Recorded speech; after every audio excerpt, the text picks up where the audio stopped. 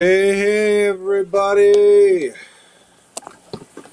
I've got some new shrimpy buddies.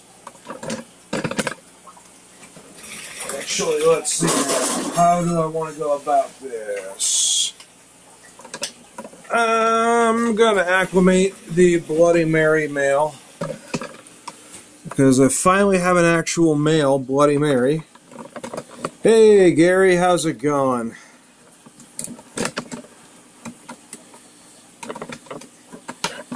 Let's try and get this locked in here. Maybe I can move this back a wee bit. Oh, I'm doing good. A little tired, but got some new shrimps I gotta acclimate. So, taking care of business.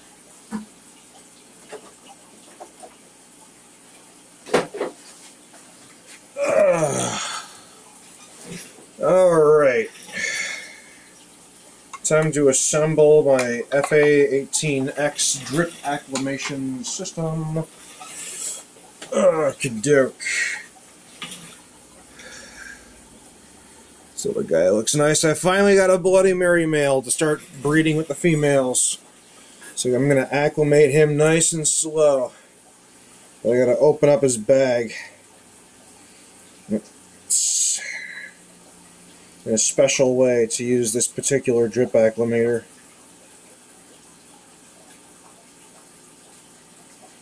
So, give me a second here.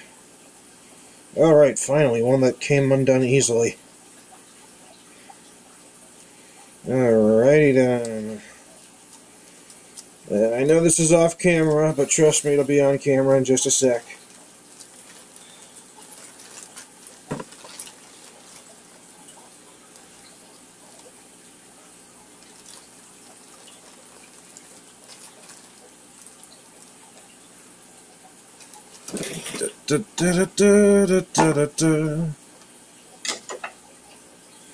Oh yeah, I got tons of females. Problem was no males.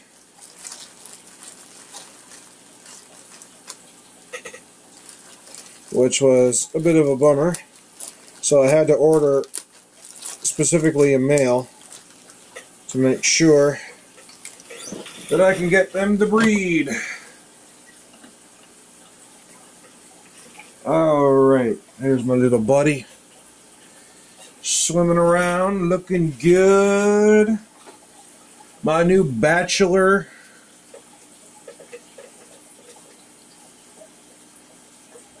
Oh. Yeah, a lot of people seem to be getting one or the other a lot when it comes to Bloody Marys. Not sure why. I want to make sure the drip on this is nice and slow. Let's get some drip though.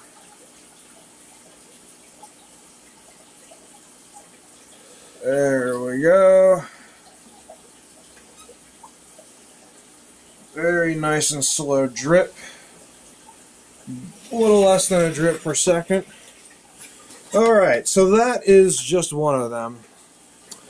So, the bigger part of this project comes with the other shrimp. Over here! Got my breeder pack of pumpkin orange, finally. I need to scavenge out the other pumpkin orange that I've had in here and put them to the side. Those are going to go in my sanctuary tank. Oop, sorry. So, I need to grab myself a net. Well, actually, I can only think. What I'm going to do, since there's a lot of them, I'm going to put them in this and do an old-fashioned drip style with an airline hose. And that'll make it easier. So let's take... Ooh, oh wow, one of these females is already heavily buried. That's awesome. Okay, girls. Well, I wish I had a desk in here now that I come to think about it. But For now, bear with me. This leather chair will be my little desk for the moment.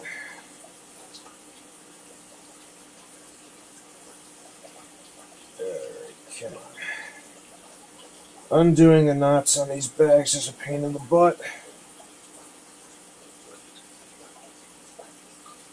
But I get them every time. It takes a wee bit of patience and a little bit of know-how.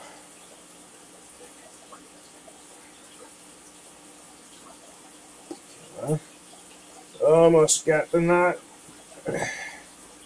There we go. Got the knot. Okay, so what's going to happen is these gals, I'm going to go in here. Make sure when I pinch this, no one. And then you all go in at once. There you go. A little bit of a rough ride for them, but they're all good.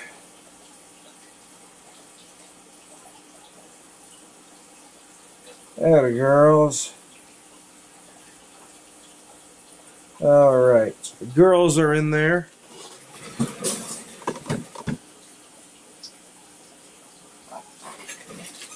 We'll probably zoom in on this.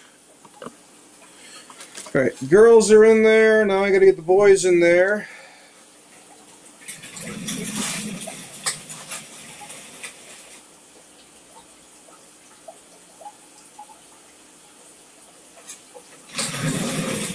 Alright.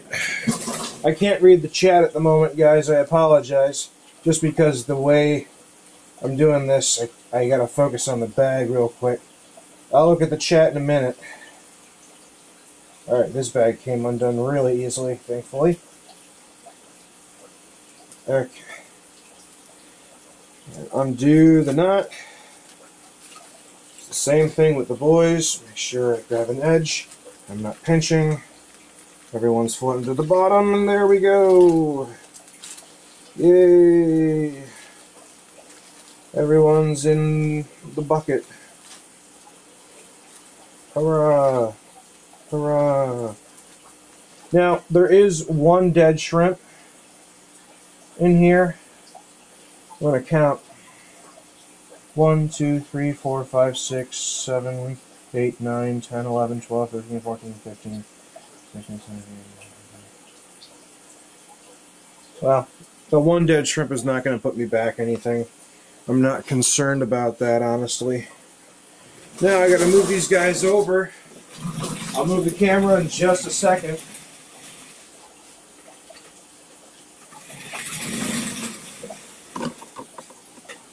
Because doing an old-fashioned drip takes a minute. Zoom out.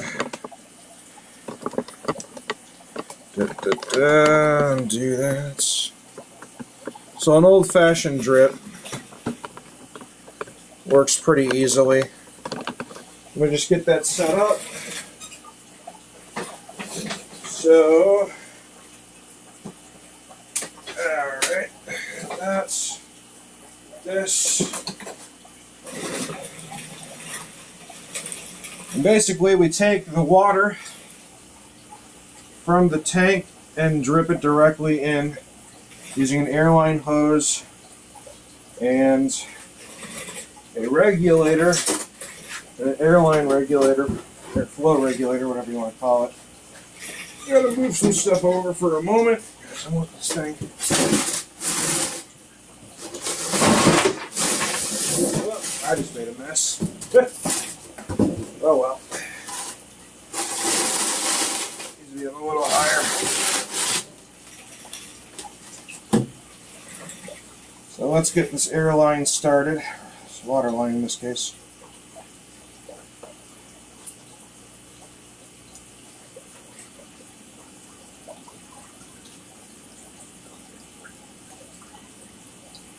Oops, shite.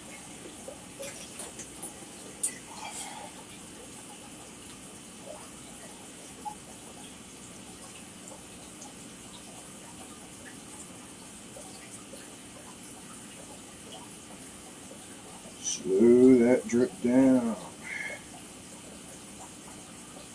There we go.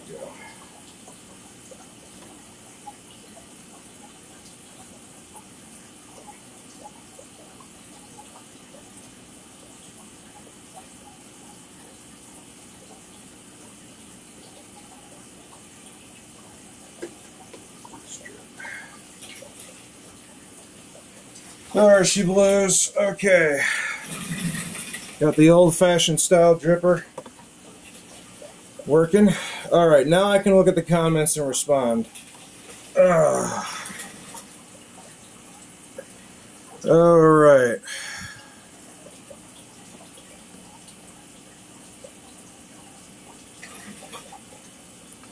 You have a 3-week-old and a 3-week-old and a 1.5-month-old guppy fry. Is it safe to keep them together in a 90 planted? As long as you feed them well. You know, I've kept tons of guppy fry together without problem. Just make sure the mamas... It's the female guppies that end up eating each other. The males don't actually eat each other from what I've personally observed. You just bought 2 ghost shrimp. That is awesome because ghost shrimp are the most charismatic shrimp, I think. So, everything is slowly working its way to what it needs to be. What I'm going to do is lower things a bit here.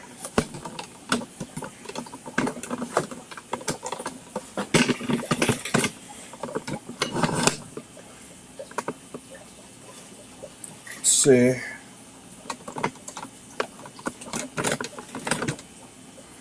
It's a little too far. There we go.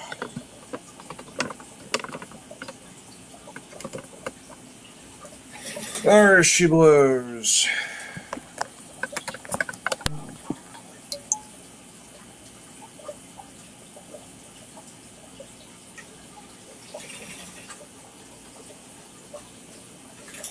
Alright, and now I can get those 3 little stragglers from my old colony.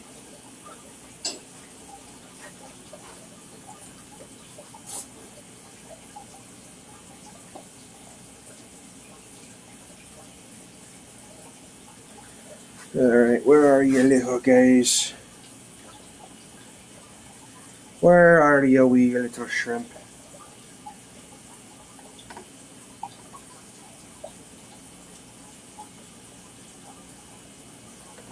I normally see them swimming around somewhere. They're right here somewhere.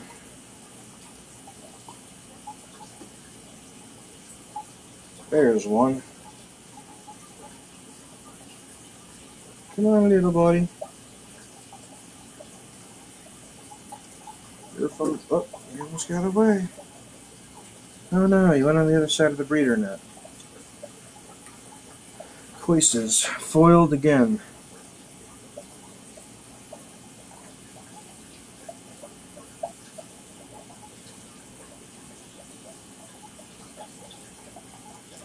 Silly goopers.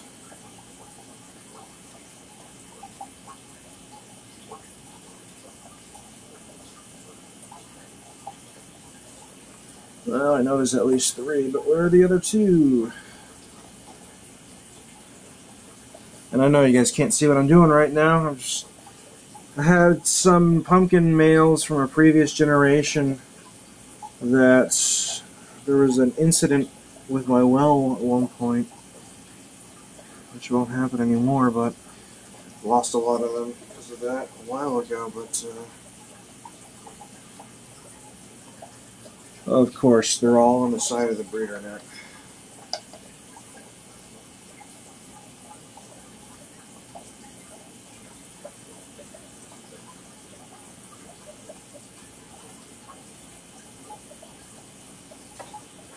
Come on now. You guys didn't used to be hard to catch.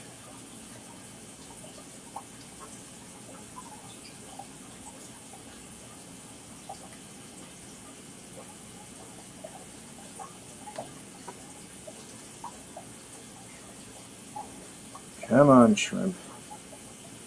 Let me catch you. There we go. See? You're okay, little shrimp buddy.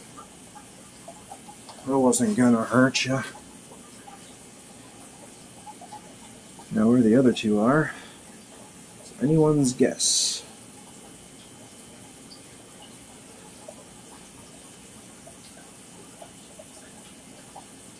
Yeah, well, when I see them, I will grab them. Now, it's all about that acclimation. Alrighty then. Okay. Show. Yeah, some people, they just come and go when it comes to the live stream. This is always a interesting part.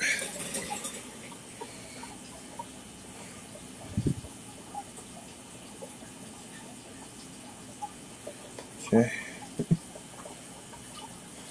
I wonder if I turn the light on, if that'll help anyone be able to see. Maybe a little.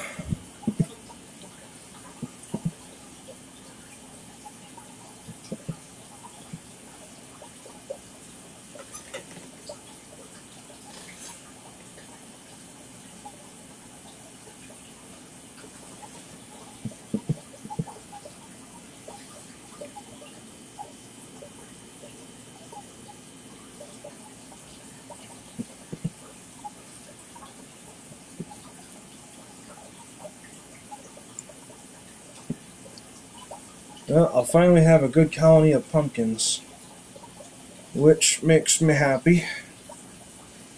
One of the females is already buried, so we'll have babies in a matter of a week or two.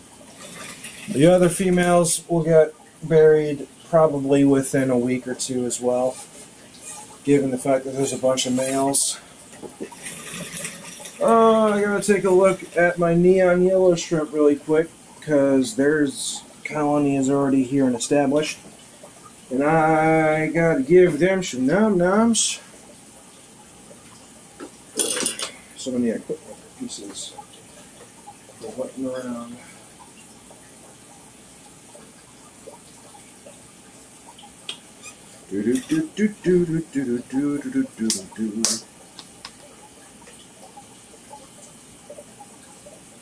Little bit of food. Aqua Sky? No, I don't believe I have. I actually don't have a lot of anything from Flooble except their media, which I like their media quite a bit for biological filtration. Seachem, or I'm sorry, Flooble Biorings are an awesome media, inexpensive and effective.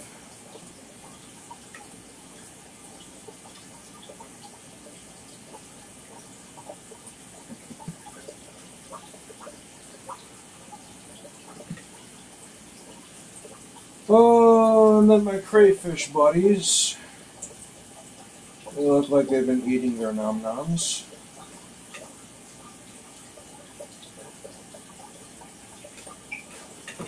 Finally got them some more frozen sweet peas. Did they jump out? What do you mean? Did what jump out?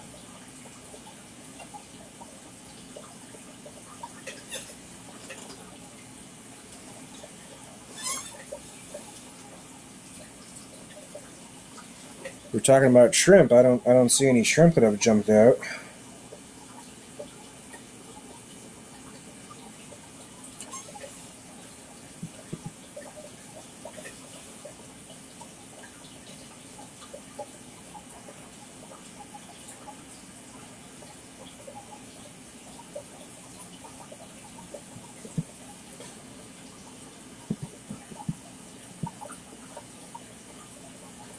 Shrimpy buddies.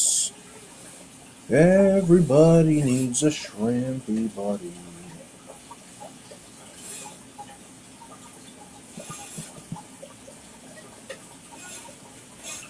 There's my favorite shrimp, Vladimir, hanging around underneath his rock in the 40-gallon.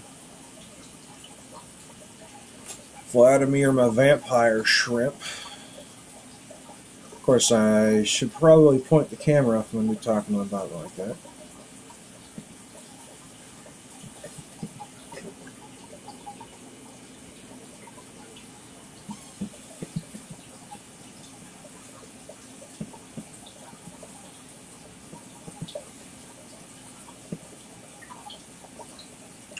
Vladimir, the vampire shrimp.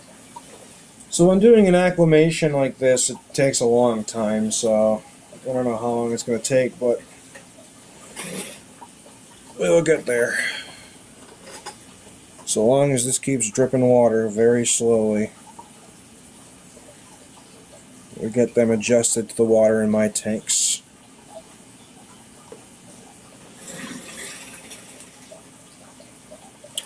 I do sell pretty much everything I breed, but the cherry shrimp are not for sale at the moment because I have not gotten a chance to breed the population with them, simply because I haven't had a male to breed with the females until just now. And the male is currently acclimating right at the moment. So once the male gets released into the tank, he'll get busy with the females, and hopefully I'll have a bunch of babies. And it'll probably be like maybe 2-3 months before I have a population big enough to where I'd be comfortable selling a few here and there. I try to make sure my colony gets up into like maybe like 100 to 150 before I start selling. But they will be available at some point. The neon yellows are available. They've been available for a while. And then the pumpkin shrimp look like they'll be good in about a month or two as well. So long as they do well in my tank, which I see no reason why they wouldn't.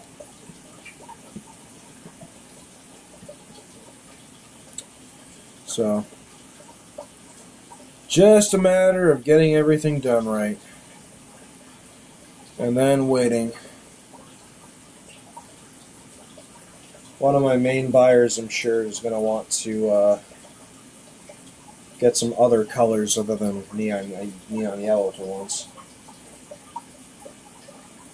While I'm down here, I should probably do some tank maintenance.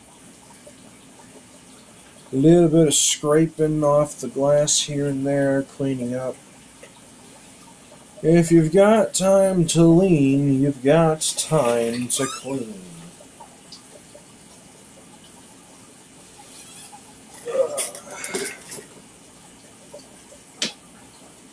40-gallon doesn't really have anything in it at the moment, so I haven't been cleaning it as much.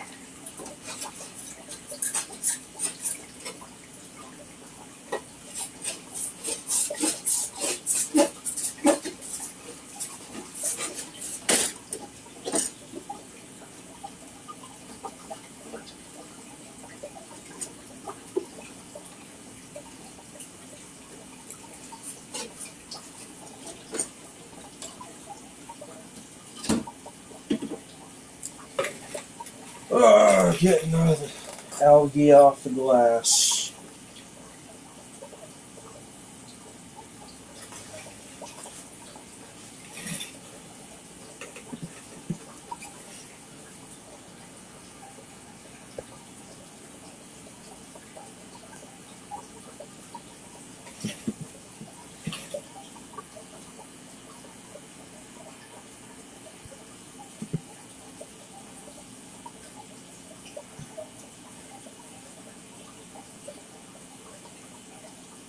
When I was looking for my shrimp. Oh, you're asking if those shrimp jumped out? Oh. No, they didn't jump out.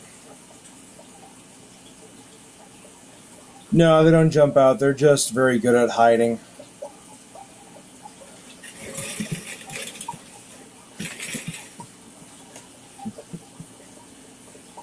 I'm just trying to get them in the breeder box because those were born from a different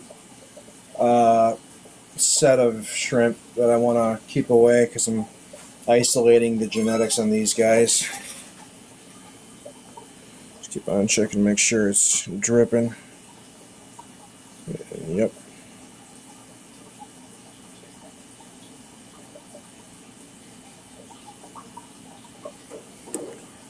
Oops.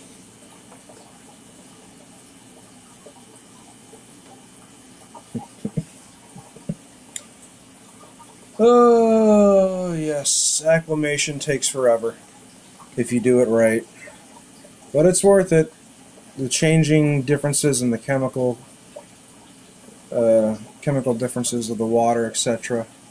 You don't want to shock the new little buddies. They're all just chilling. And they'll take about a day or so to get their color back. I'll put some food in there for them. That'll help get their color back quicker. Speaking of food, I'm starting to get hungry. But gotta make sure these little guys are okay. Hardest thing about these shrimp is counting them.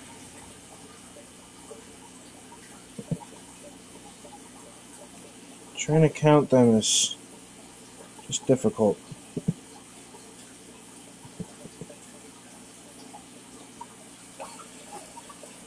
One of these days I'll remember just to take a picture and then count it that way. Trying to count them in real life is just, they don't stand still. Trying to take a picture of a fish is probably the most painstaking task. A snail is an easy thing to get a picture of. A shrimp or a fish, not so much.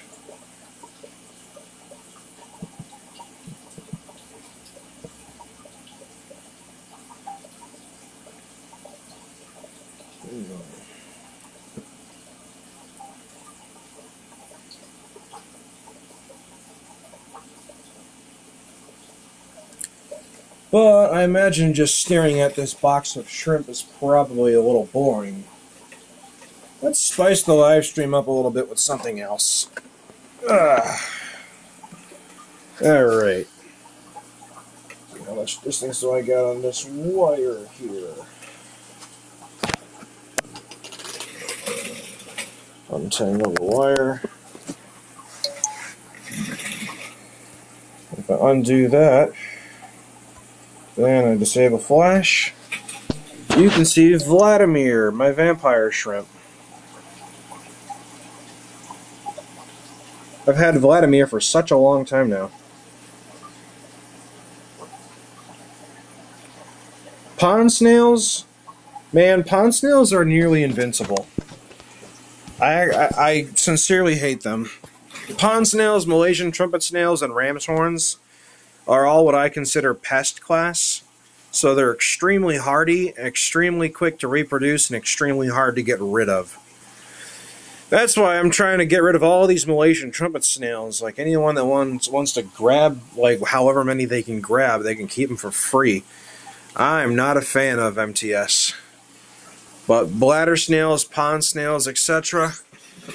Yeah, they're easy. Dude, actually, to put it like this, okay, you see I have a toilet over there. When this house was purchased, it was unfinished, and the previous owner wanted to originally make this room into a restroom. That's why there's a random toilet right there. But here's the thing. I have actually seen bladder snails survive inside on the toilet bowl for months on end. I have no idea how they managed to do it, but it is a testament to how incredibly, stupidly hardy that bladder snails, pond snails, and those pest class snails can be. Hey, HC Aqua. How's it going? And my little crayfish buddies over there are enjoying their nom-noms. I gotta sell some more crayfish because I want to stop breeding crayfish and I want to start breeding some panther crabs. Because panther crabs look fun. And then here's my good old colony of neon yellows. Shrimping around. Doing things of a shrimpy nature. Let's check on the Bloody Mary that I got in here acclimating. Seems alright. He's just sitting around.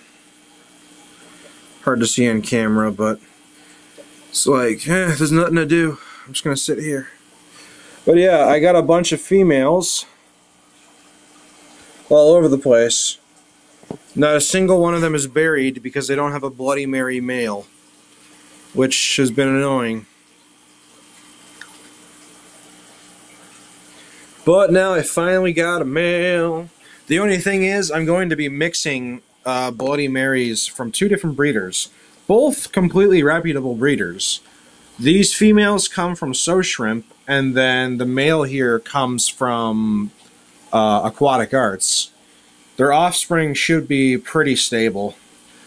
I actually prefer to mix breeders, different breeders' stock when I'm breeding my own, just because the color of the offspring tend to be more stable, and I have to do less culling. But it is a risk in the same point because you could make the genetics a little more unstable if you don't do it right, and you can cause a problem. But most of the time they do pretty well. My original set of Dream Blue Velvets were actually a mix of two different genetics, and I got some pretty baller looking shrimp from that. But I'm all out of Dream Blue Velvets right now. I gotta breed some more. Or I have to let them breed more, I should say, because I'm super low on them in terms of quantity.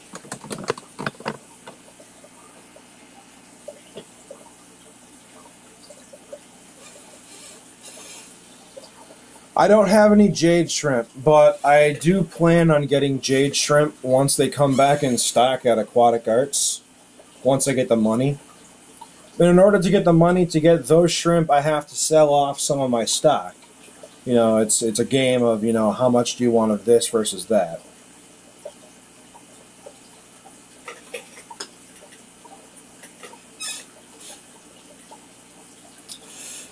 But Jade Green seems to be super popular right now. I'm not quite sure why green is always kind of the hard one to find. I used to breed jade mystery snails, which are like solid jade, not striped, which were really hard to find. And although they were interesting and very beautiful, I kind of wonder why people like them. Simply because a lot of people, aquascape is already a ton of green. You would think you'd want colors to contrast. Oh, one came in buried. You got lucky! I love when I get buried shrimp in the mail. That's like the best way to start. It's like half the work's already been done.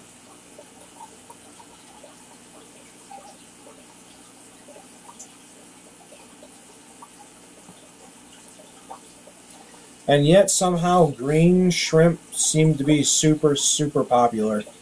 Aquatic Arts can't keep them in stock. I'm hoping to breed some. Hey, there's the other two pumpkin orange in the tank.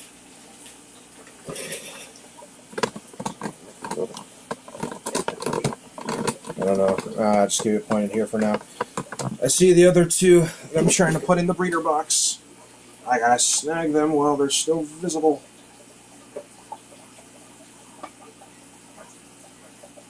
Shite. May have just messed up the suction.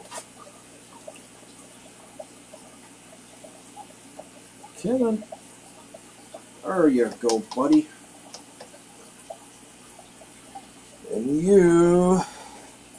Hiya. Gotcha. Ah, no, you got away. Get back in here. That's a good shrimp. There you go. Come on.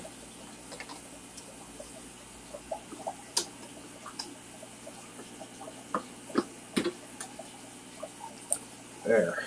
Finally. Herp-de-derp. I'm still getting flow.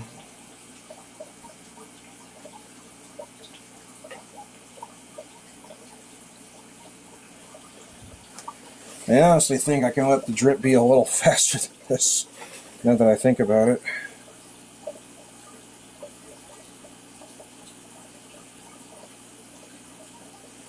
That's more reasonable.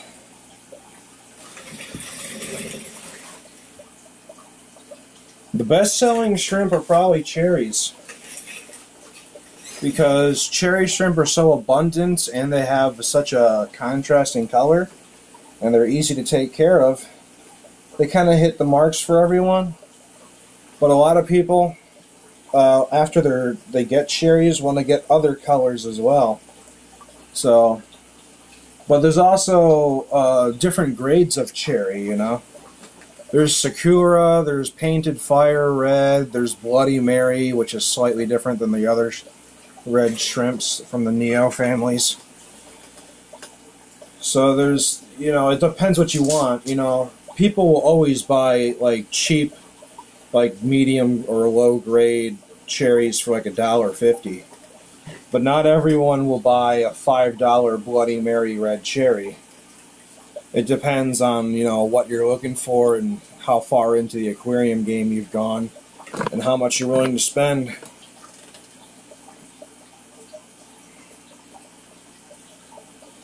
But when it came to cherry shrimp, there was a point a few years ago, well, maybe like a year and a half ago, where I had so many cherry shrimp that I could not sell them fast enough.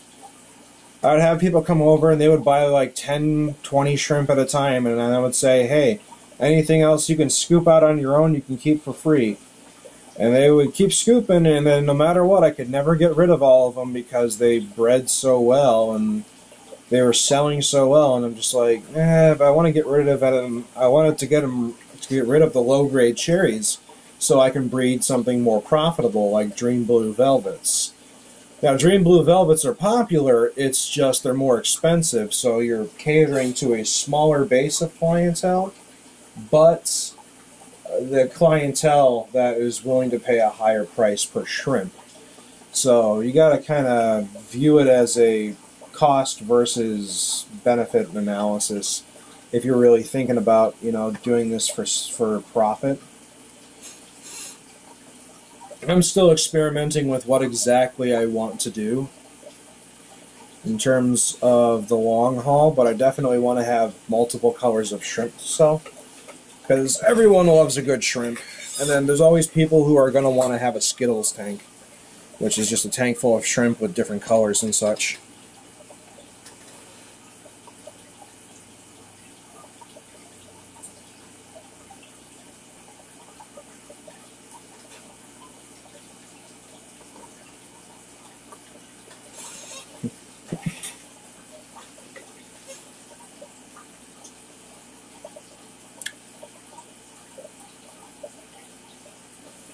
Oh, the drip acclimation is so slow.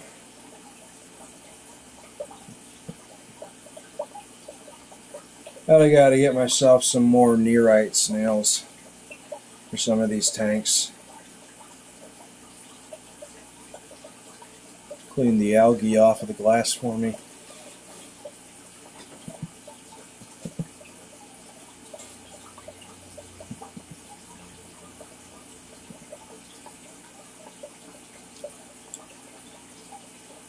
That's one of the main things I don't like about aquariums, is just the constant cleaning of glass.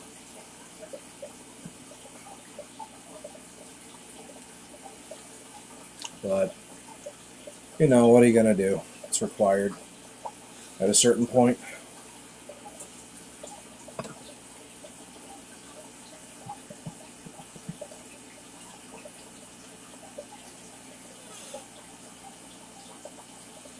And thanks for stopping by, Gary. Have a nice day yourself.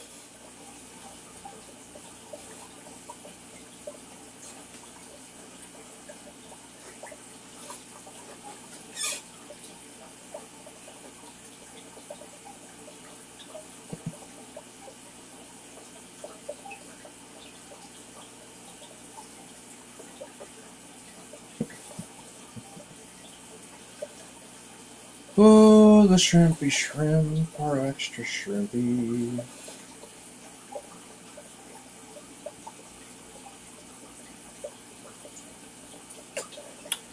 I was hoping more people would stop in. It's always fun to chat with people. These guys are going to take a while.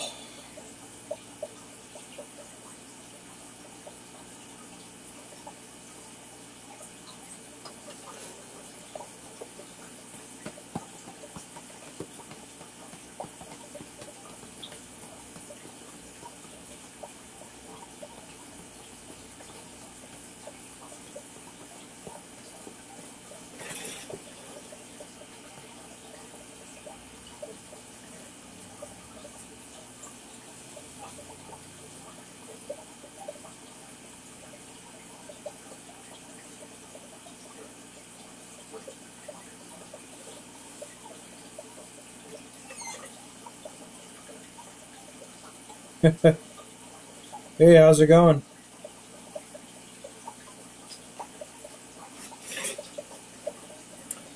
Yeah, I seem to get a lot of people that just come in randomly from wherever.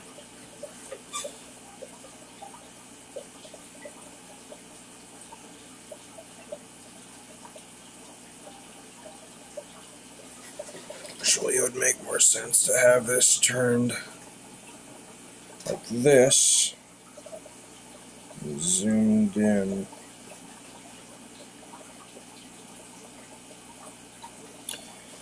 Yeah, shrimp at first can be pretty difficult, but as long as you stick with it, you'll find that it's not as hard as it once was. I've got 5 10-gallon tanks, a 55 and a 40 in this room. Sometimes shrimp are ambiguous in how they act and what keeps them alive and what kills them, but practice, practice, practice. Don't let a few bad situations discourage you.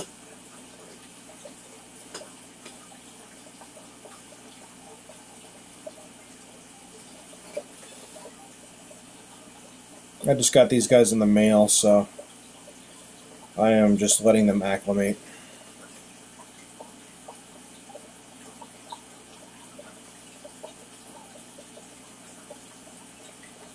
These are pumpkin orange Neocaridina davidi.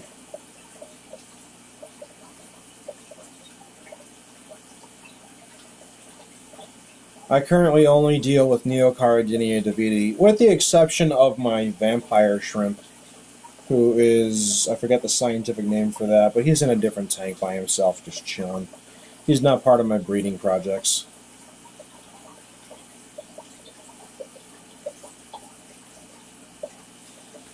But I can show you what I'm going towards.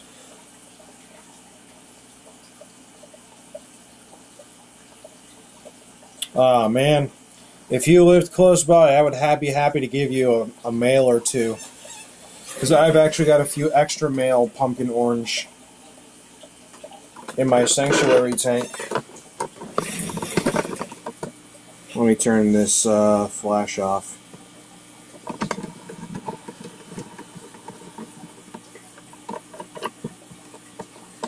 Oh, really? You can get those in Hawaii? I thought Neos were actually banned in Hawaii.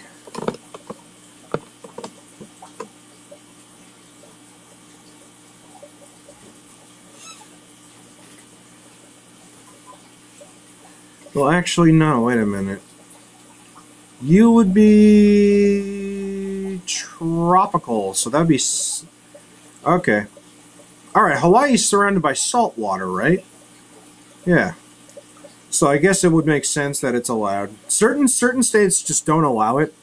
Like in the continental U.S., if it's a warm climate area state and it has a lot of fresh water, there's serious restrictions on crayfish and shrimp because if they got released into the wild, they would breed like crazy and then just, become invasive. So there's problems with that. So you got to be very careful if you ever ship. I do ship across the country, but it's a little too cold for me to want to do that right now because I don't have any heater packs at the moment that are functional. And yes, this is my neon yellow tank.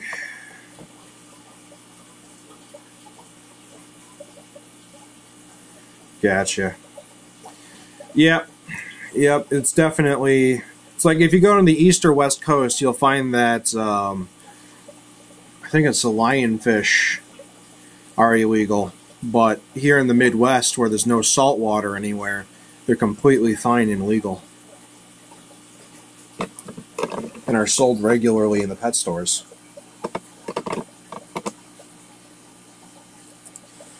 Yep, the neon yellows do pretty good. I started with one buried female, and now it's this. If that gives you any idea about how quick these little guys breed.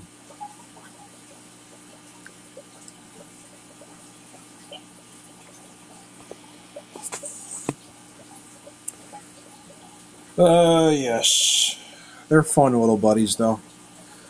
When the colony gets this big, though, I gotta feed them a lot of food. That's really all you need is one buried female.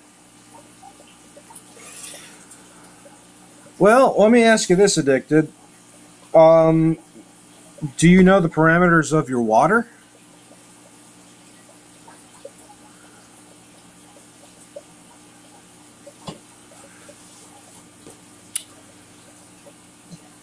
I mean, I can give you some hints and stuff if you wanted to list out your parameters.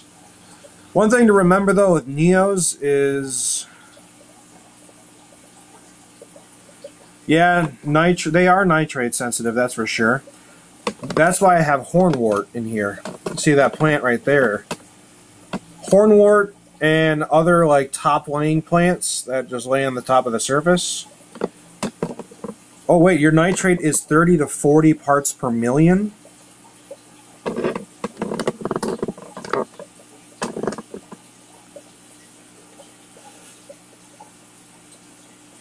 Duckweed and hornwort are fantastic. But if it's 30 to 40 parts per million, that is your problem right there. Let me get some here. So this is, the general guidelines here, right? 20 parts per million and 40 parts per million is way too high on the nitrate scale to be safe for shrimp. But if you can keep it towards 5 parts per million, and upwards of 10 would be the limit of what I would say is acceptable. Well, I mean, the easiest way to lower it is just to do a water change. Do you know if your source water has nitrates by standard?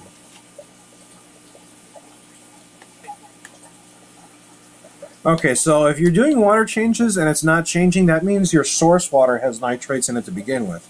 Which means your best option is to get plants that are heavily, that suck up nitrates heavily, like hornwort and duckweed and stuff like that. But, well, yeah, in your case you might have to do RO. I mean, you might be able to get away with just reverse osmosis. You probably don't need the deionization stage. But if you're starting out with heavy amounts of nitrates, that's definitely a difficult situation. Like, here, let me show you what I'm using at the moment. My setup is way overkill for what I'm doing because I use this to make my own drinking water as well. But over here is where I store my water that I remineralize. But yeah, plants are definitely important to get rid of those nitrates. So over here I've got my reverse osmosis deionization UV filter.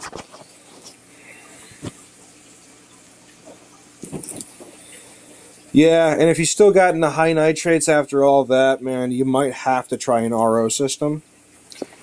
But this is what I got. This is I custom made this. So this is my custom 7-stage.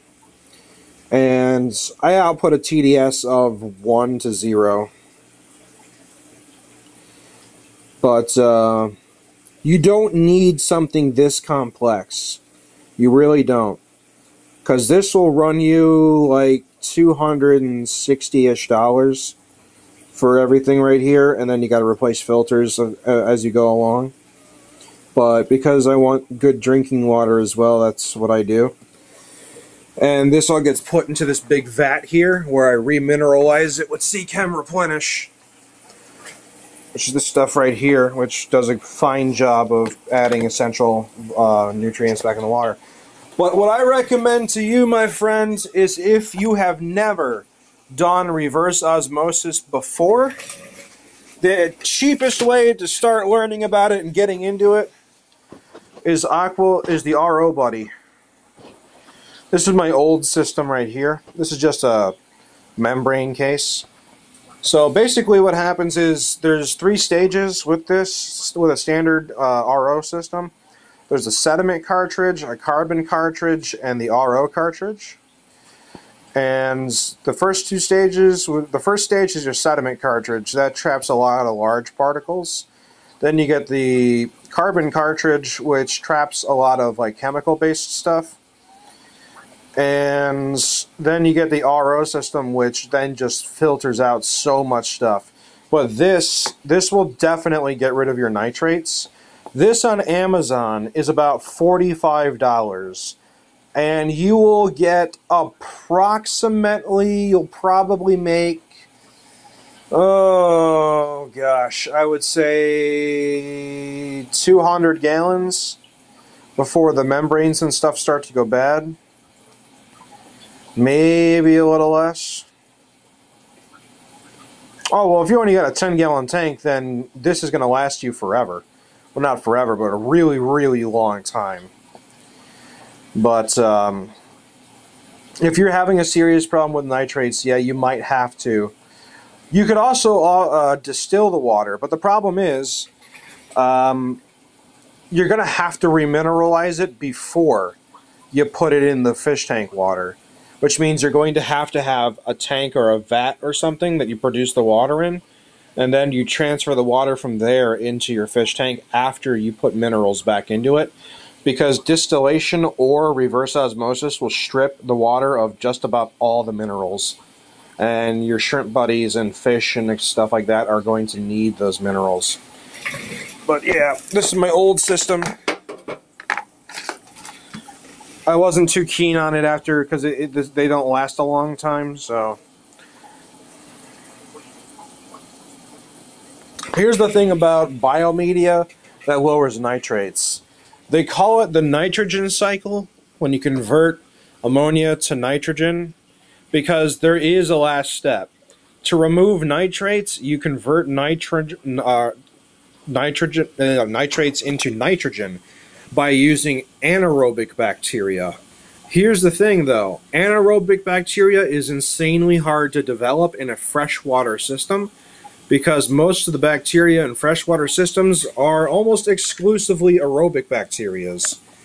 If you can find a way to grow anaerobic bacteria in a freshwater system, then theoretically, yes, you will have no ammonia, no nitrite, no nitrate.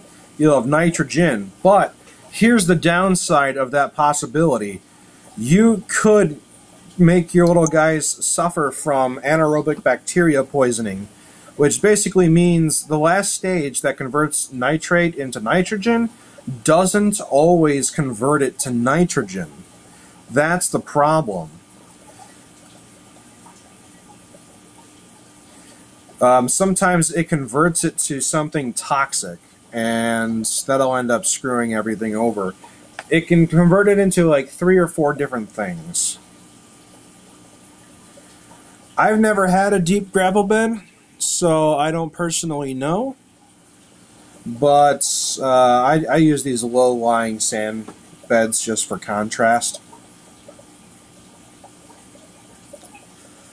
But deep gravel beds, yeah, anaerobic bacteria can grow under there, but you got to be super careful about it, because if you just suddenly start cleaning your gravel one day with a gravel vac, then you're going to release tons of trapped chemicals that the anaerobic bacteria has been making, and you can kill everything instantly if you're not careful.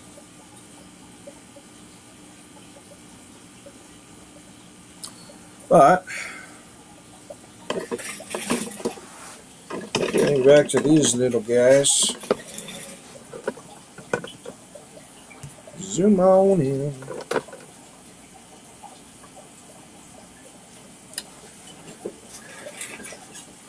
Yeah, another thing about anaerobic bacteria is the chances of growing it in a standard filter are pretty low. You'll probably end up having to grow it in a nitrate reactor, which is going to be a separate filter system inside the tank, and even then it's going to be an utter nightmare to try and build, and it's questionable as to whether it's a safe idea or not. But CCAM does make biomedia called denitrate specifically for this task.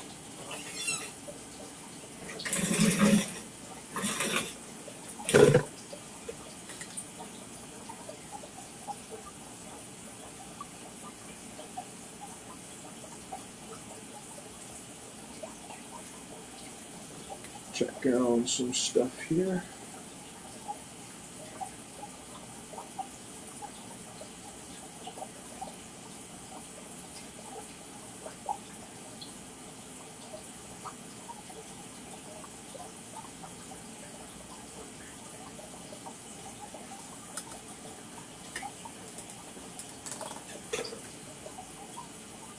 Checking all my little buddies.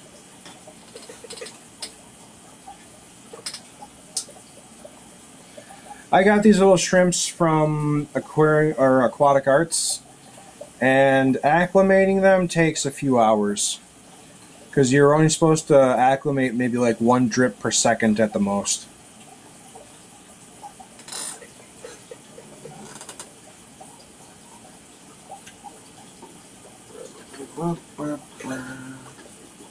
Because shrimps are very sensitive to chemical changes in the water.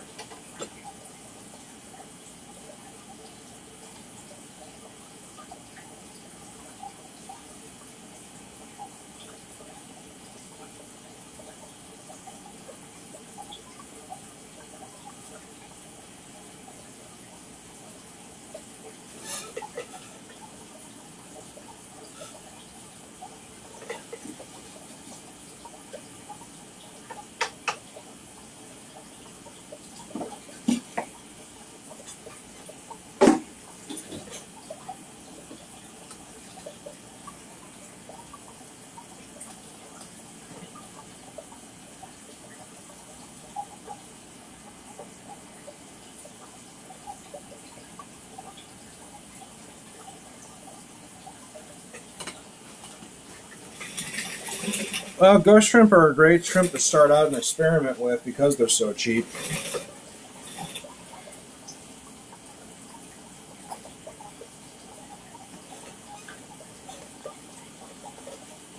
Yeah, prime is definitely one of the necessities in the aquarium hobby nowadays.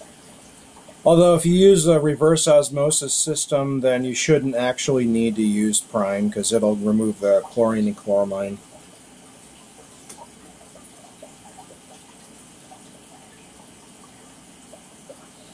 For the longest time with my shrimp, I just used straight well water from my private well, and they were perfectly fine with it.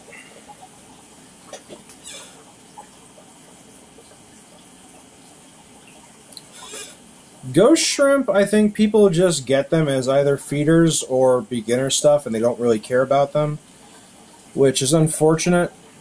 But, you know, I've had ghost shrimp that have lived for about 2 years, and that's actually longer than their estimated lifespan of 1.5 years. And my ghost shrimp got so big that every time someone came over and looked at them, they thought immediately that they were a mono shrimp, which is hilarious because they're just ghost shrimp. But they get really big if you take care of them. I had mine in my 40-gallon tank with a bunch of my fish, and they were always a fun thing to watch just because they're so charismatic and gutsy. I'll put bloodworms up at the top of the tank for the fish, and the shrimp, the ghost shrimp, will swim up to the top and steal the food away from the fish, which I thought is hilarious. Ghost shrimp are greedy little buggers.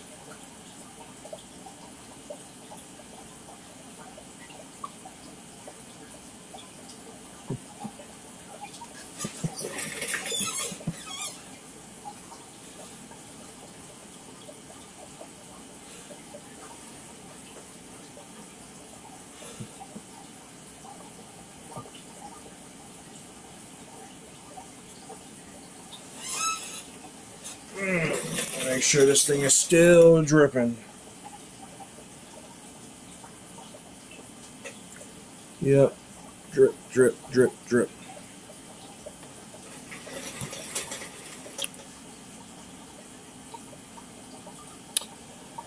Oh, the Latin name for ghost shrimp, I can't remember. No, they are not. They are not a type of Neo. They often go by ghost shrimp or glass shrimp. Shoot, I don't remember the scientific name for them. But I'm sure you could Google it and you'd get an answer pretty quickly.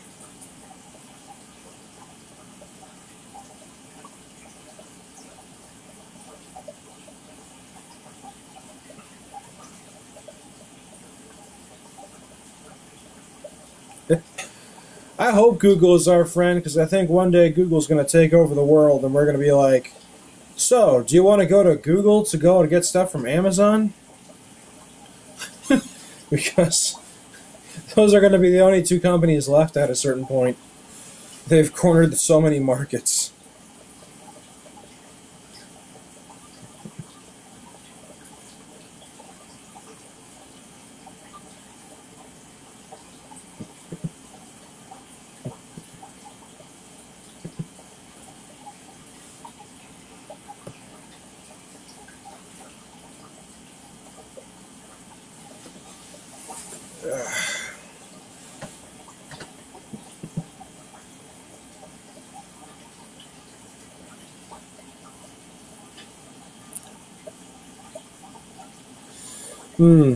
I'm not sure. I'd have to look it up. But since I'm using my phone to live stream, I can't really quite do that.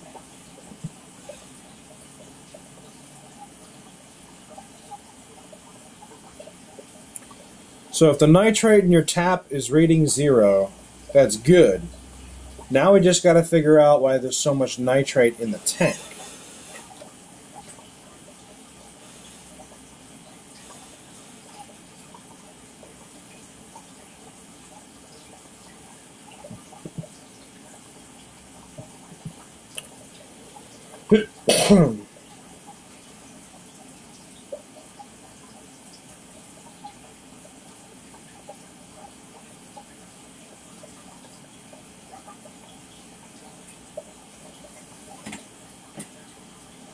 Wait, you were feeding what?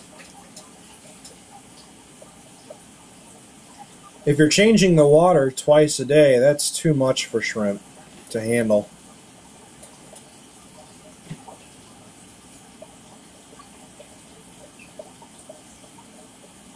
Actually, you know what? I thought of an option.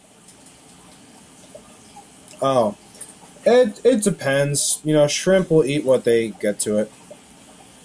There is one way you can lower your nitrates in your tank without doing water changes. You'd have to go get like a little hang-on back filter and something to cover the filter so shrimp don't get sucked up into it. And you just put Sechem Purigen in the filter, and the Purigen will filter out the ammonia, nitrite, and nitrate. But it has a limited capacity on what it can hold. You can reuse it if you use, there's a process to cleaning it so you can keep using it. But if your nitrates are that high, I would see about possibly using, using what I just said, drinking the Sechem herp to derp. Why am I derping? I just said the word. Purigen. Yeah. Try Sechem Purigen and see if that reduces. Yeah. Don't get to a point where you need to rely on Purigen, but Purigen is a great thing to have on hand for situations when you can't figure out what the problem is.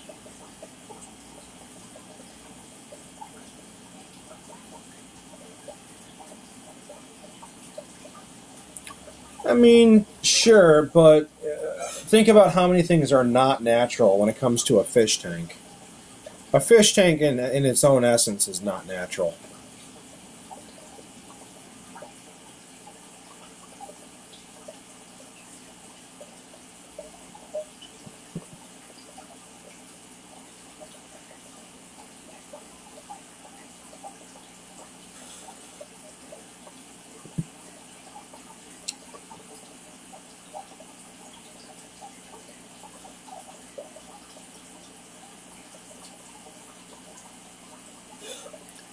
Drip, drip, drip. One drip at a time. Drippity drip, drip, drip, drip, drip. Do do do do do do do do.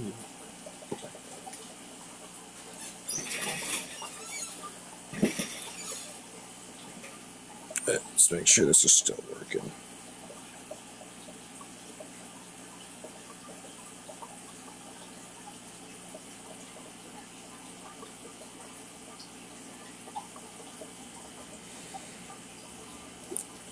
If there's zero nitrates in the source water, it will go down. But the problem with doing that is that might shock the shrimp, because that's a huge change to do at once.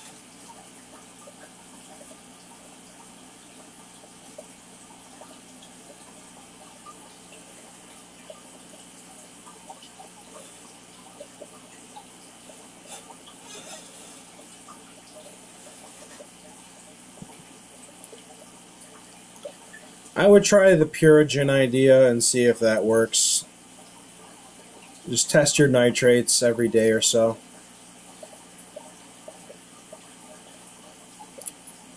I have a Craft Mini Rapids hang-on back canister, or a micro canister filter for situations when I've tested for everything and I can't figure out what's wrong.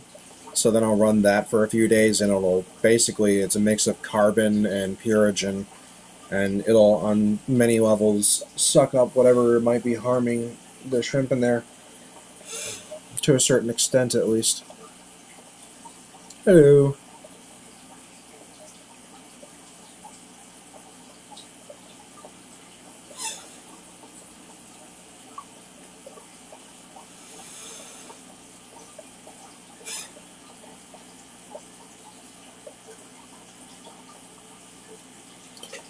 Yeah, you want to basically, okay, something is creating the nitrate. You got to figure out what's creating the nitrate. If you did like a fishless cycle, no, you cannot be a moderator. But if you did a fishless cycle and you added your own ammonia to feed the bacteria for your cycle, then maybe it might be leftover ammonia being processed, and that's why it's so high.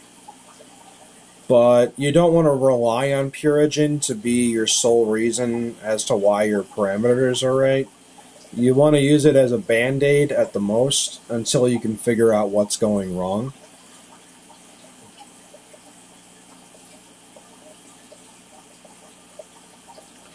Basically, you got to figure out what's producing so much ammonia. What does it say the nitrates are at?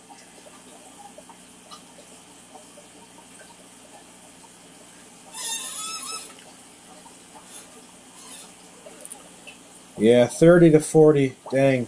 Yeah, that's just too high.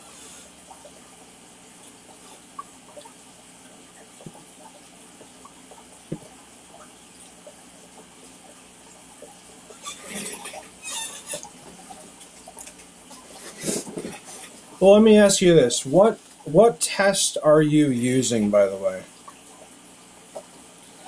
to read your levels of nitrate?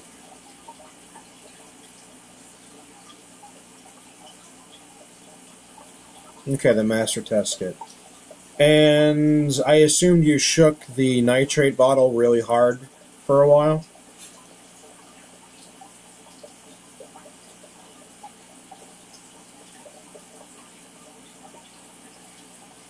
The one thing about the nitrate test with the API master test kit is its formula can crystallize if not shaken really vigorously before use, and that can throw off results. Normally it ends up in low readings if you don't shake it. What I do is I end up taking a rubber band and then placing, I rubber band up, that might be enough, might not be, depends how long it's been sitting. What I do is I put rubber bands around the bottle, and then I connect the bottle to a jigsaw, which just has an up and down motion, and I let the jigsaw shake it for me, and I shake it for like a good minute and a half.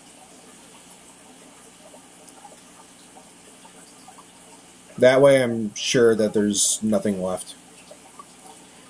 I mean, people think it's silly, but at the same time they're like, you know what? That's not a bad idea. I can throw out my shoulder shaking the stupid bottles, or I can just do it with a jigsaw. It works so well.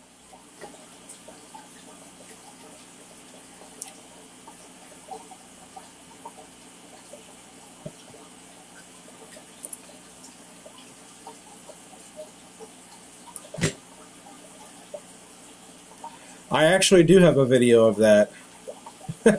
I posted it on also on the aquarium subreddit on Reddit, and they thought it was funny but ingenious at the same time.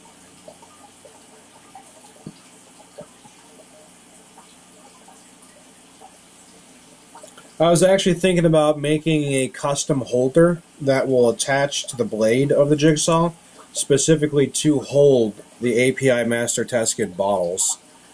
Because that seems like a perfectly reasonable use for a jigsaw. You're not, I mean, it's not its intended purpose, sure, but at the same time, it's like, you know what?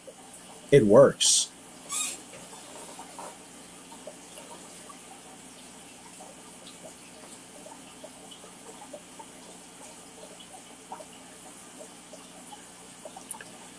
Yeah, the nitrate, it's a problem. You're in the red zone, man. The red zone's not a good place to be. Um, what's your pH? That's why I'm thinking Purigen is your best bet right now, because it won't be changing much, but it will be getting rid of the nitrate. Your pH is 6. Okay, so you're slightly acidic. It's interesting, but that is fine. My pH is like 8.4, so my pH is a little high.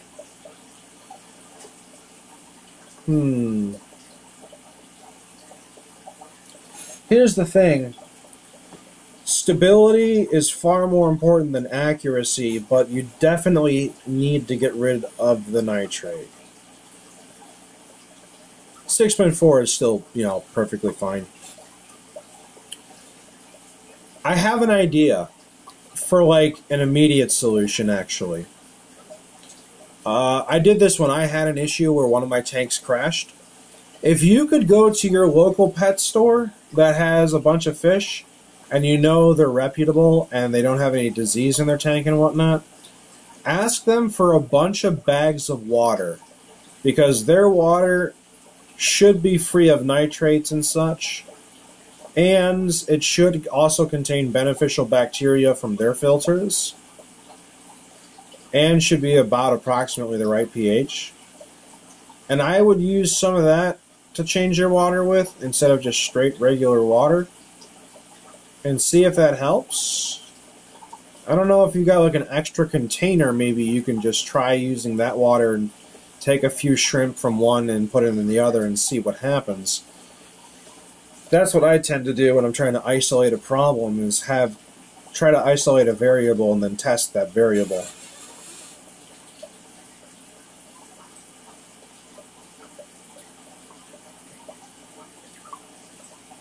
But that's more for like that's a bit of an emergency situation. Now I still think Purigen is the best bet. Purigen, and then let the plants do their thing.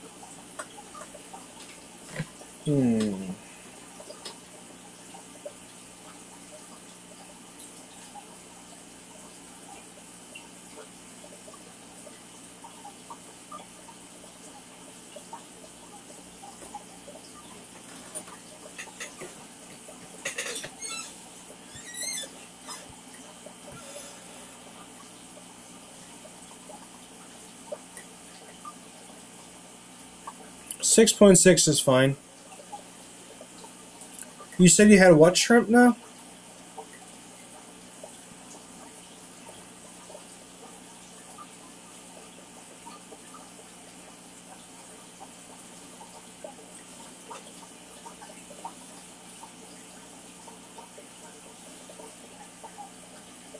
Cherries, okay. Yeah, I mean 6.6 is fine. That's pretty close to neutral.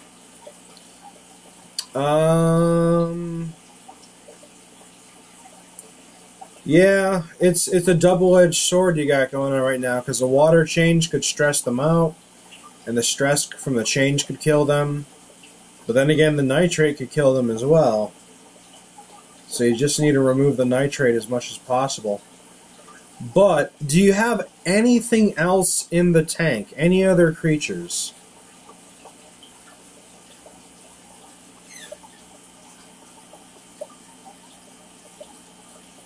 Oh yeah, you definitely don't want to lose a buried female. No fish. Okay. So the question becomes, what is producing the ammonia that gets to nitrite, then to nitrate? Something must be producing ammonia, because if your tap water, the water you're using as your source, doesn't have nitrate in it, something's producing it. Ghost shrimp isn't enough to really create a bioload to do that.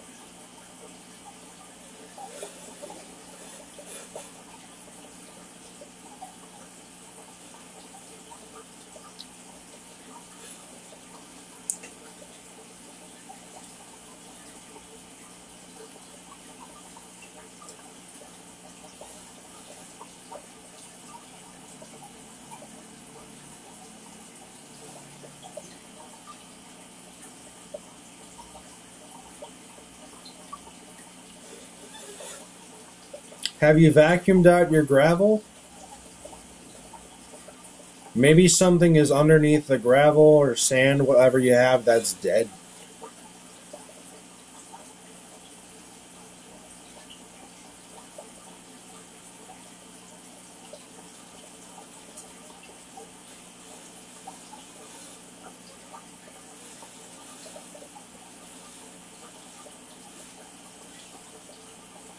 Because so definitely if you have like a dead anything, especially like a snail. If you have a dead snail in the tank, you can expect your ammonia to spike and then everything else too.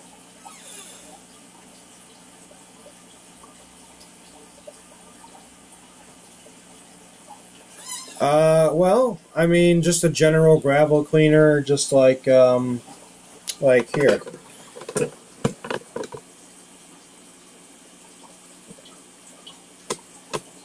Okay, if you have a bunch of dead snails, I call those ammonia bombs. Because dead snails produce an insane amount of ammonia. And that'll get converted to nitrate. So there's probably your problem. If you have any dead snails in there, you need to remove them. You also need to vacuum out the substrate. So this is basically just your standard gravel vac.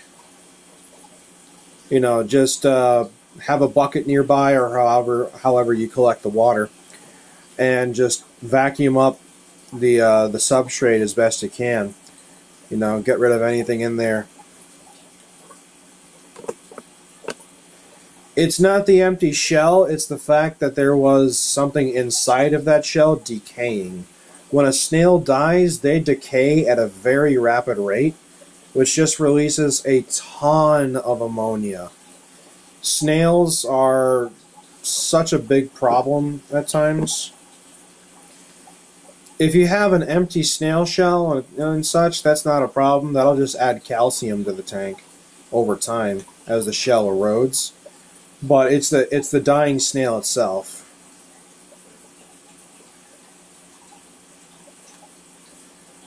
Well, that's a good ghost shrimp then, because at least something's eating it before it gets turned into an ammonia bomb. But I imagine if you have dead snails in the substrate, or snails at all, there's probably a bunch of dead ones. Yeah, I think that's your problem. You probably have a ton of snails that are dead in there or something. They're creating a ton of ammonia, And that's what's killing your shrimp. Because the ammonia gets converted to nitrite, then to nitrate.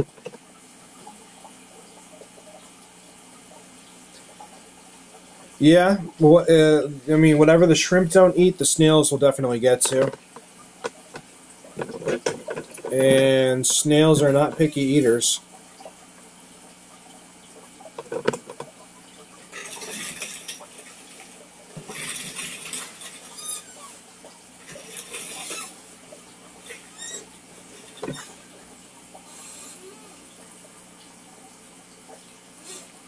Increase the water rate just a little bit.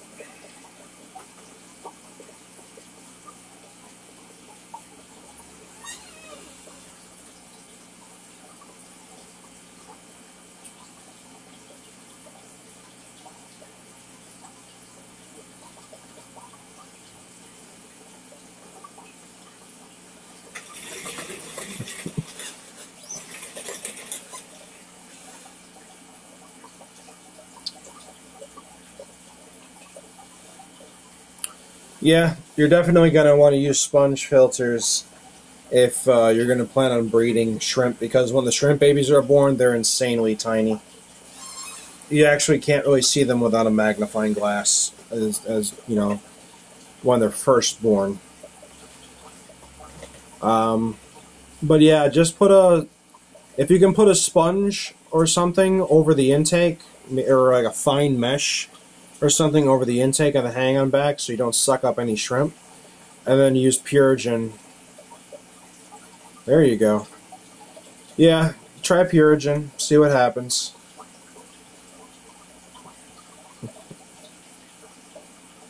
These little orange buddies are almost ready to go in their tank.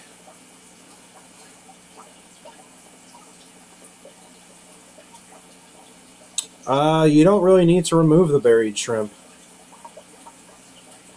As long as nothing's hunting the shrimp.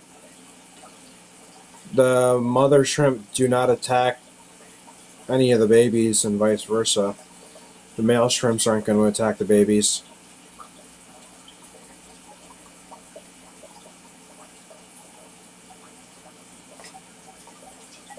I just leave all of them in the same tank altogether.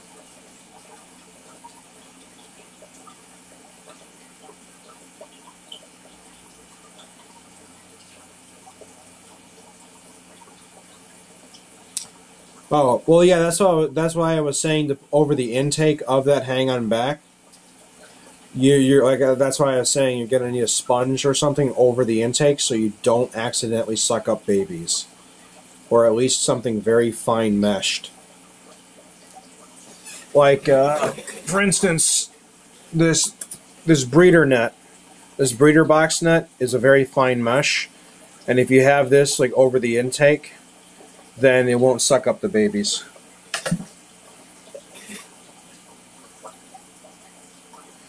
It will lower your nitrate, but as long as you have dead snails in there, it will continue to come back and be a problem as soon as the Purigen is worn out. Like I said, Purigen is a band-aid. You don't want to rely on it.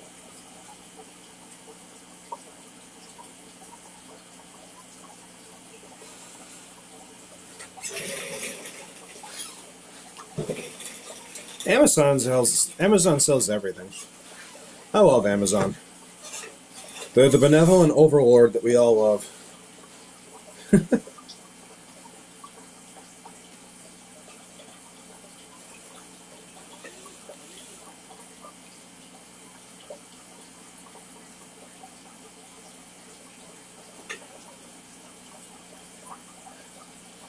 Amazon for buying stuff, Google for searching stuff and watching stuff.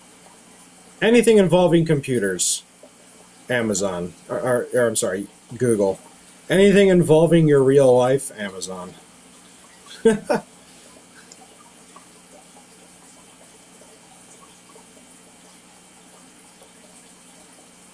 Totally. YouTube is so underrated for the educational section. But also forums are so underrated too.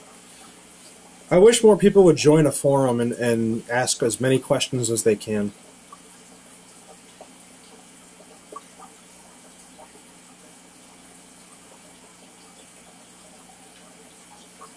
There you go.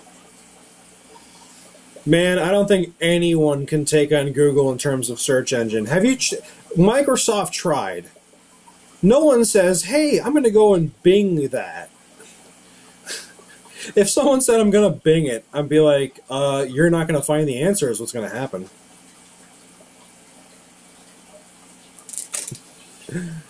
Google and Amazon are so huge, man.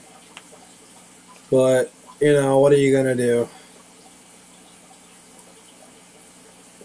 Until Amazon starts stocking shrimp as a Prime item, I think I'm okay for right now.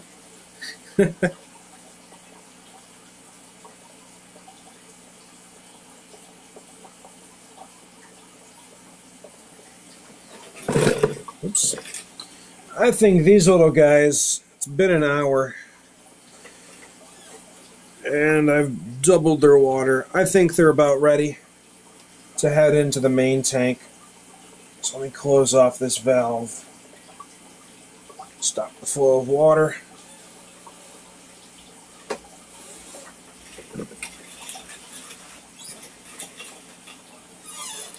Not a problem. Always happy to bounce ideas off other people to try and see what I can do.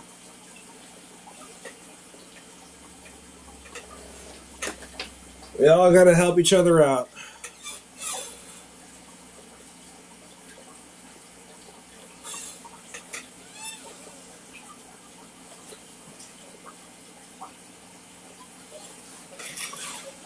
Well, right now is about time to add the shrimp to the tank.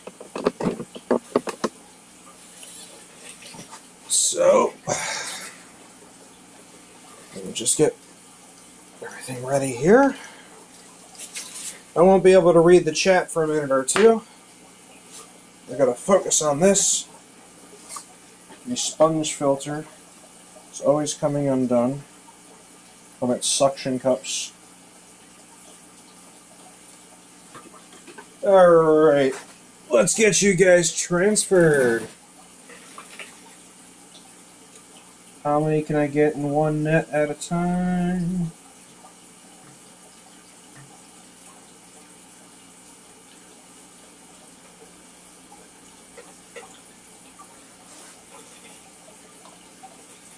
Be free, my shrimpy buddies. Be free. It's a lot of shrimps.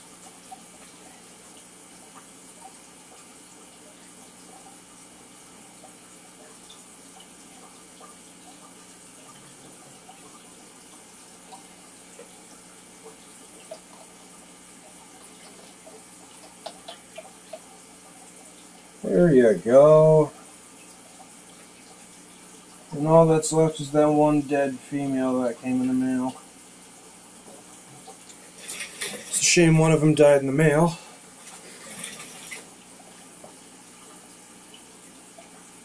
Some of them, their color could be a little better. But I'm not too concerned. Oh, let's see. The fruits of our labor here.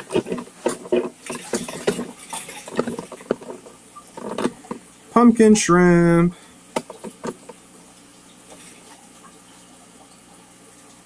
Got a buried one right next to the cotton.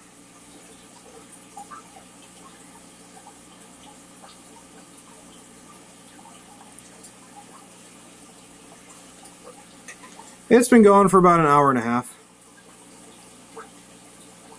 Yep, I got these in the mail today. That's why I'm acclimating them. Or I was acclimating them. Now, they're all over the place. Woohoo! My breeding operation for the pumpkin shrimp has officially commenced. So, let me give them some food to help them with their adjustment process. Little bit of nom nom in my life, little bit of nom nom on my life.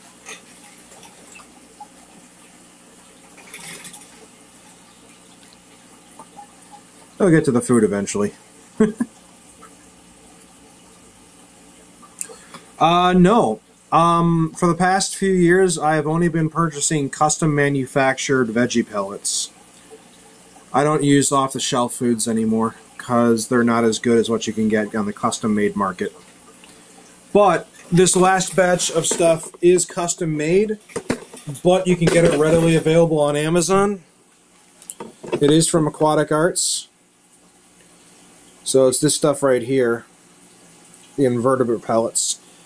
I had a custom manufacturer for the last year and a half or so, but I switched up because I don't think they're making food anymore. And with these little guys, you want to make sure they're nice and happy and getting all their veggies and stuff.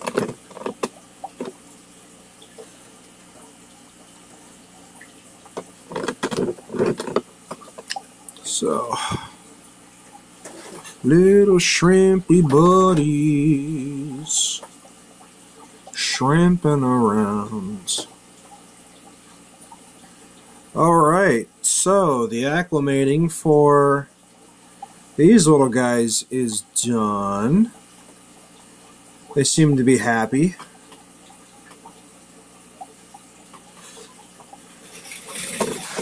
Alright, that leaves me with the Bloody Mary male.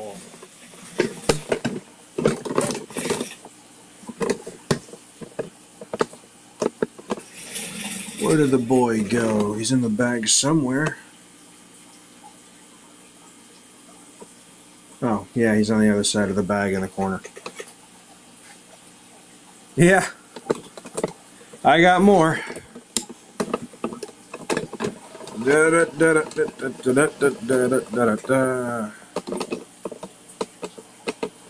Nope, baby shrimp, honestly, they just feed on biofilm, which is naturally occurring anyway. So there's no real need to feed the babies anything particularly special, honestly.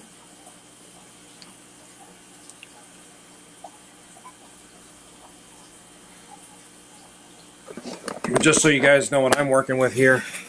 That's the Bloody Mary tank, that's the Neon Yellow tank, that's the Dream Blue Velvet tank, that's the Pumpkin Orange tank, that will be the Jade Green tank, that is going to be the tank for my Mexican Dwarf Crayfish, and that is the tank for my White Spectre Crayfish.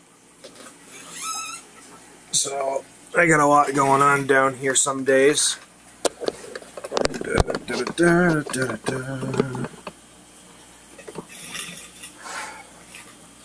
This little guy is doing quite nice.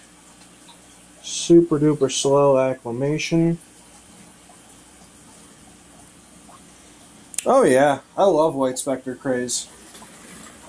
They're fun. Gotta make sure this thing is still dripping.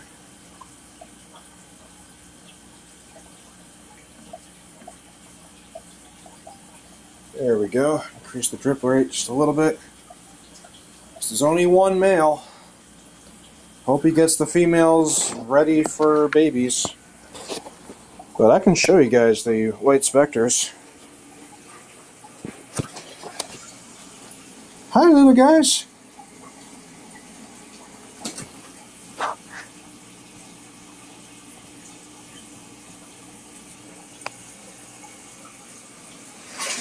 Let's see if I can grab one.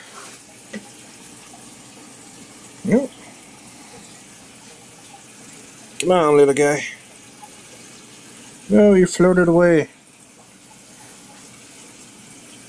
Aw. Maybe I can get you. Skittish little guys. Oh, come on. I'll get one of yous.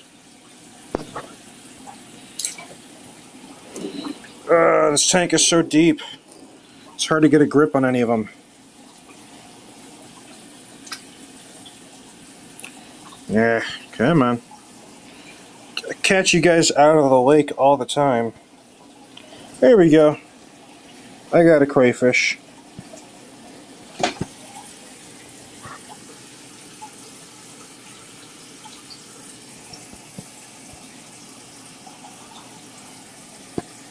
Hi, little buddy. Whoop. Careful now, careful. No, no, no, no. I know you want to hide. You gotta calm down, little buddy. I know. These little guys are so much fun. They do survive out of water so long as their gills are wet.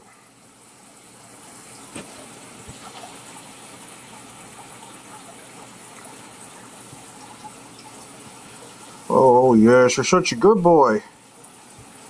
Who's a good boy? You're a good boy. Yep, I breed these little guys. I also try and play with them as much as I can. Makes them a little more docile. Wanna dig? Wanna dig? There's nothing under there.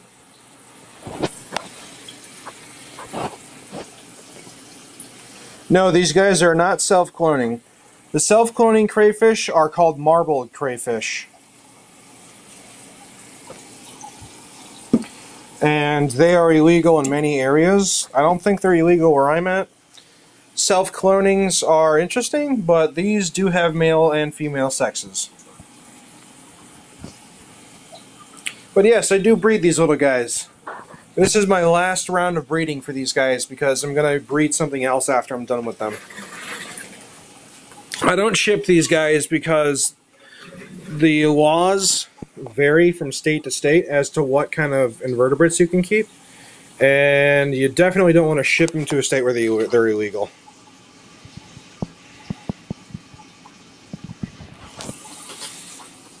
Self-cloning are pretty cool. I've done some research into them. If I did self-cloning crayfish, it would honestly be for like eating purposes. This tank actually used to be my wild tank. I had a bunch of wild fish in here that I caught by hand. And they were awesome. I freaking love them. I had bluegill. I had sunfish. I had banded killifish, black-striped top minnows, pug-nosed minnows, rusty crayfish, round goby. Had some other stuff in there too. They all got along quite well. It was a very fun tank. But I had to end that little project in favor of actually breeding for some money here. But I think later this year when it warms up and I sell all these guys, I'll probably end up doing a wild tank again. The only problem with a wild tank is you have to get permission from your local Department of Natural Resources to do it. Otherwise, you get in serious trouble for having certain species.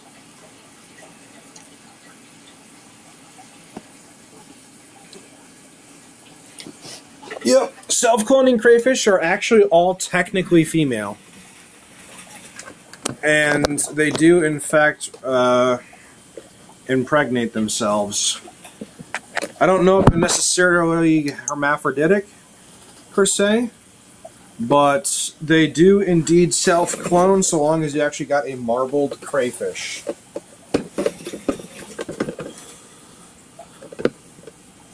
See if I can zoom in on the boy here. He's hiding behind the cotton.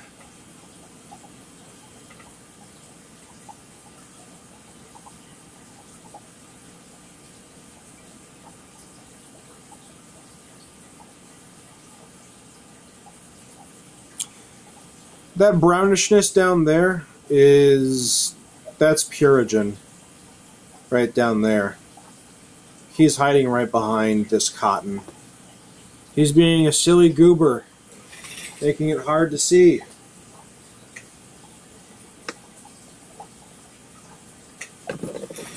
I'll get their color though. Let's go back to the pumpkins. Hey, pumpkin shrimp.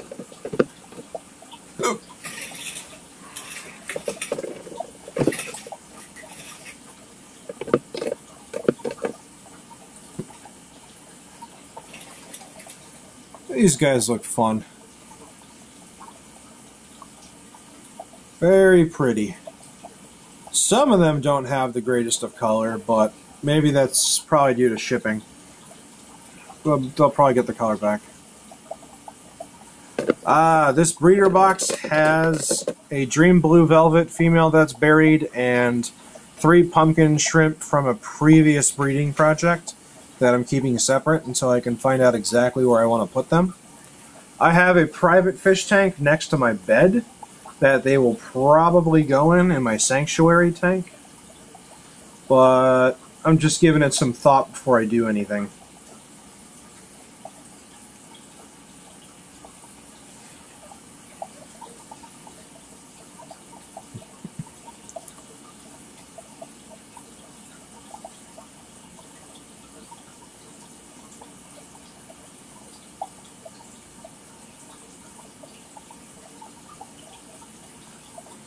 So many shrimp buddies shrimping around.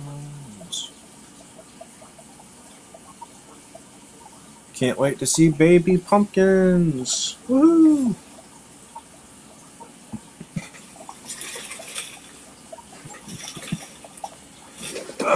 Here's kind of a sad sight, though. I've been having problems with my Dream Blues for a while, and I'm trying to isolate the problem still. I think there was an infection at one point.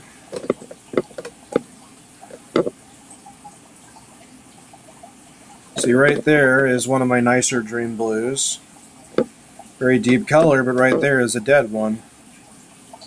And trying to figure out what's wrong with it is a pain in the butt. But the thing is, I've isolated them in 3 different fish tanks. And I'm trying to figure out what the problem is. In my sanctuary tank, they do just fine. In this tank right over here where the pumpkins are in, the mama that's been buried has been doing just fine, so that's why I have her in that breeder net to let her breed in there so I can increase the population so I don't accidentally run out before I can recover the population. But I also got to figure out why they die in the first place, which could be so many reasons.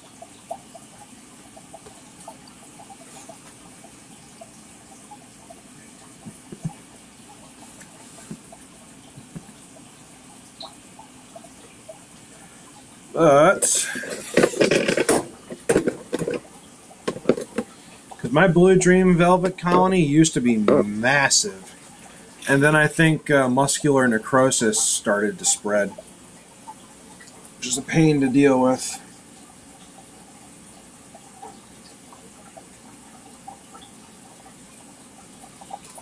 I will be right back because I have to empty out this bag, this thing here full of the water. So BRB.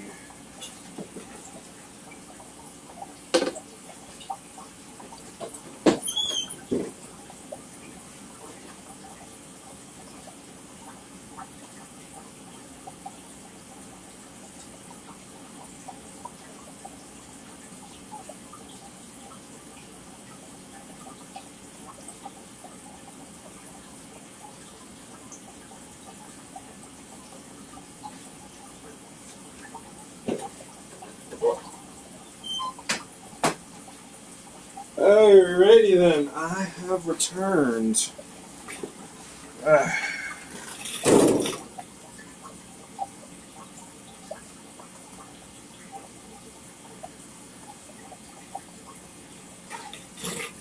Can finally close the lid on this pumpkin tank.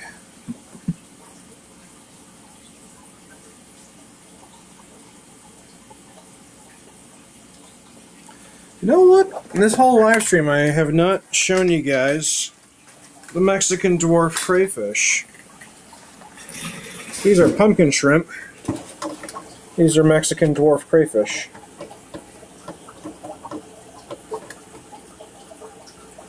Hi, little cray. These guys are cray-cray.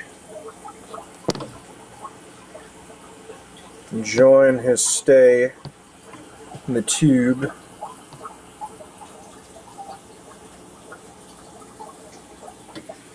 Goofy crayfish. Being derpish.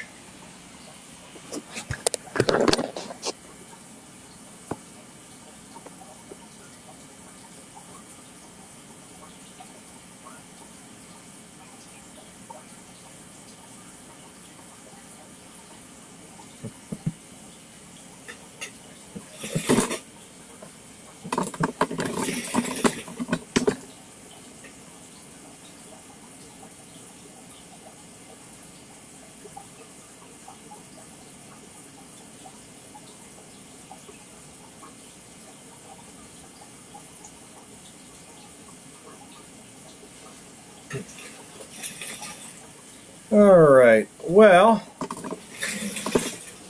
I think this live stream has gone on pretty long, so I'm going to cut the live stream here, but I'll definitely make updates with actual videos in the future involving these little guys.